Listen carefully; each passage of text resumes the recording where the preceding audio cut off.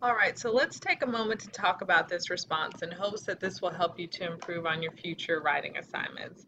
One of the number one things that concerns me about this response is its length. Now, let me be clear, there was not a length requirement. It's not that I was looking for 5 paragraphs. It's not that I was looking for, 10 pages, but I was looking for 3 parts. I was looking for introductions, body paragraphs, conclusions. And here I don't see that. I ask you to tell me about how you relieve stress, and you jump headfirst into that answer. You don't do anything that makes me as the reader want to read this response. And remember, that's one of the things that we're shooting for.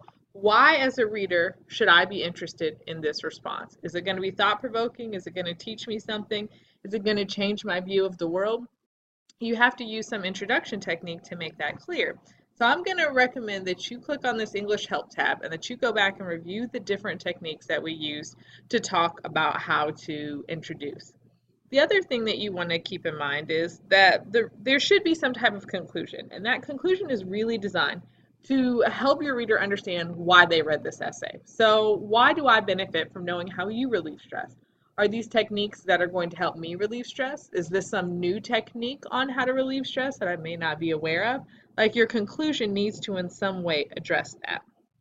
Now, in terms of your body paragraphs, I did see some of the things that I was looking for. Like, you did a good job with including sensory details and talking about, the air blowing on your face. But one of the things that you want to remember is I was looking for a story here, not necessarily step-by-step direction. So maybe focusing on a particularly stressful event where you use these techniques, or incorporating some dialogue from this YouTuber that you enjoy watching.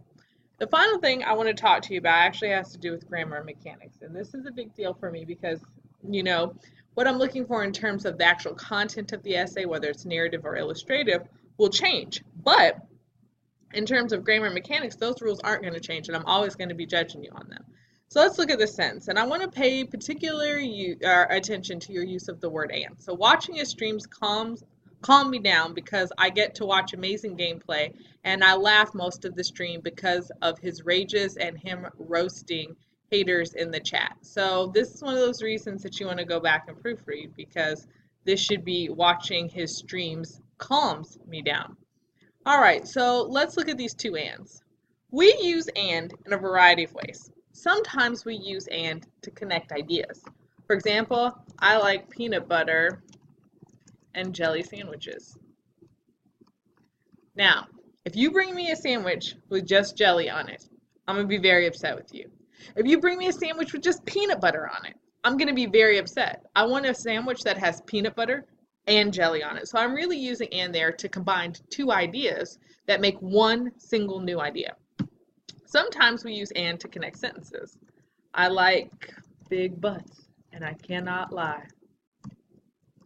Here, that and is really functioning as a period. But an and by itself is not strong enough to function as a period. It's really just a pause. So we need two stops. And usually the rule is we use a comma. So when you're using and to connect ideas, don't use a comma. When you're using it to connect sentences, do use a comma. And one of the easiest ways to figure out whether or not you should use a comma is to put your finger over the word and then look on both sides of it. And if you have a subject on the other side of it, that's a red flag that you need a comma.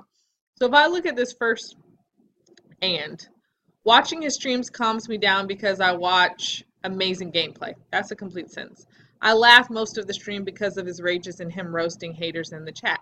That's a complete sentence. So that's a prime opportunity, or a prime example of when I need to use that comma. If I look over here at this second and, him roasting haters in the chat is not a complete sentence. So I don't need a comma there. The other way that you can kind of remember this is you can only do that once. So if I needed a comma there, then that would really be a run-on sentence. And that would be a red flag that I need to break this apart.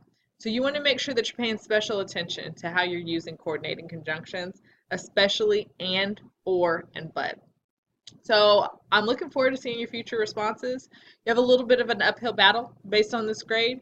Feel free to draft your responses early so you can bring them by and get some help with your proofreading. You can always take your responses by the tutoring center. If you're in a 904 class, you can get your 904 teacher to take a look at them. I'm looking forward to seeing your future responses.